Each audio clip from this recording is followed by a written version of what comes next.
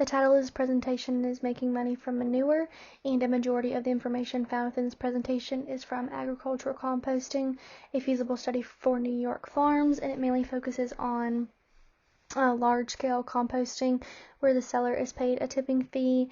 This took place in 1993, this study did, and in this presentation I'm basically going to focus on the focal points that the seller will need to potentially consider before they begin starting the process of selling their manure as compost.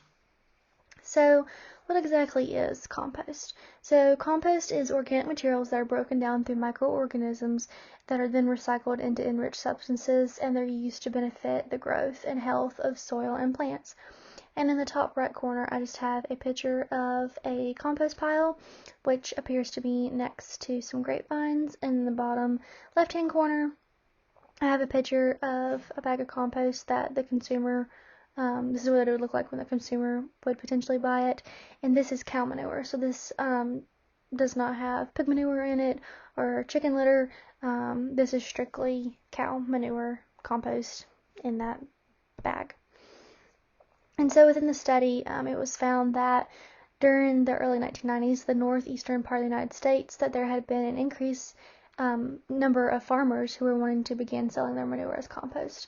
And so typically, normally, many farmers would just disregard their manure. However, they were beginning to see a higher demand for natural fertilizer, and they were wanting to begin to use their end products as a way to circulate more money into their farms.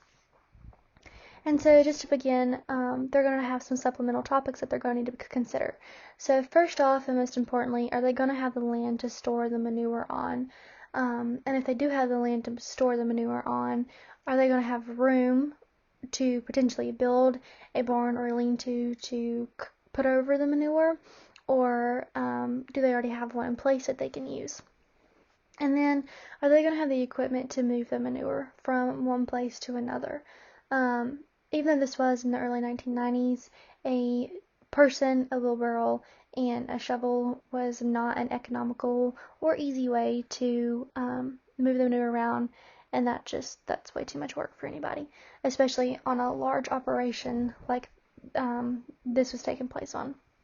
And so, also, they're going to have the time and the money to let the fertilizer cure for 2+ months. Compost does not just come about overnight. It does take time and patience. And then, do they know the levels of nutrients that are found within the manure, such as pH, nitrogen, phosphorus, calcium, etc.? Not only are they going to need to know what nutrients are found within their compost, but they're going to need to make sure that their compost is within the normal ranges for these different types of nutrients. And then also, do they know how to control the temperature of the manure, as well as know what the correct temperature that the manure needs to be? And they're also going to need to know what their local weather is, and they're going to need to know if their local weather might potentially help their compost pile, or if it's going to hinder it. And if it's going to hinder it, and they know that their weather will, that also circulates back to the part of having the land and the money to store it on. Do they already have a building in place that they can store the manure, or do they have the land, the resources, and the money to build a barn strictly for their compost pile? And so here I have some of the benefits of selling manure. First off, it's going to reduce the amount of manure that the farmer is storing. There's no reason to have excess junk, if you will, laying around on a farm. And then it's also going to reduce the chance of a runoff happening. And basically, it kind of pays the farmer money to take away his trash, or something that he's just not using. And so also it's going to give the consumers the opportunity to purchase fresh fertilizer for whatever their needs desire. And then this case study happened on Gerster Farm in New York City. And so there's two different types of costs, fixed and variable costs, that they need to consider, and these are just some of the very basic ones. So first off, for our fixed costs, we have different types of equipment that they purchased to begin their compost pile, and they also had roughly 115 acres of land, and the land cost them right at roughly $1,000 an acre. And so they had roughly $115,000 within their land, and then mind you that they this was over 30+ years ago. So the equipment, all the equipment that's listed, they paid right at $180,000 for it. Again, that was over 30 years ago, so that price now is triple, if not more. And then some of their variable costs are going to be their cost of labor for the ones working it. Are they paying minimum wage? What is the minimum wage? Which down below I do have the minimum wage during this time in New York City was $4.25 per hour for labor. So roughly they spent in 1993 right around $6,200 for someone to manage their compost operation. And that just kind of deals with the basic everyday needs of the compost pile.